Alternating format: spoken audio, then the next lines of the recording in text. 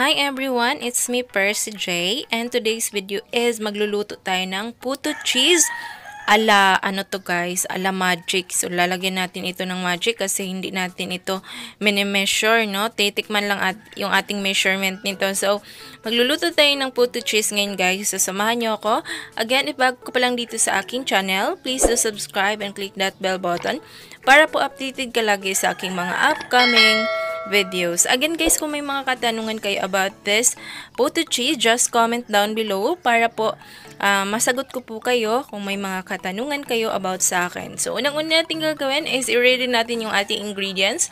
1 kilo flour, 1 tablespoon baking soda, 1 tablespoon yeast, 3 to 4 cup of coco milk, condensed white sugar, brown sugar, cheese, vanilla, milo, food coloring, or any flavor, pwede juice. Then, i-ready natin itong ating plastic cup. So, again, i-magic natin to ngayon, guys, kasi hindi tayo nagme-measure, no? Unang-una natin gagawin is i-ready natin lahat or i-mix natin siya into bowl.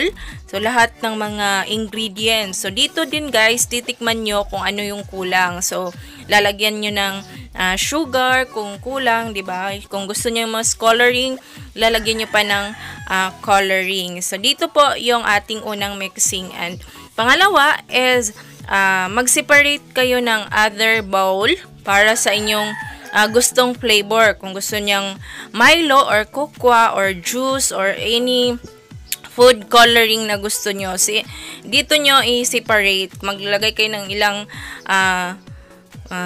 cup or ilang gusto nyo. Then after that is maglagay kayo doon sa plastic cup. Steam natin siya into 10 to 15 minutes at lagyan natin siya ng cheese. After that is luto na po yung ating puto, cheese. So ganun lang kadali guys na magluto ng puto cheese. Again, ala magic ito kasi wala tayong measure, no? So tikman nyo lang kung ano yung kulang doon sa ating mixing para po makabuo tayo ng ating puto cheese. So that's all for today's video guys. Hope nakatulong ito sa inyo. Kung may mga katanungan kayo about this puto cheese, please comment down below para po masagot ko po kayo. At kung may mga idagdag kayo dito sa ating ingredients is pwede kayong mag-comment dyan sa akin. So God bless everyone and thank you so much for being always there.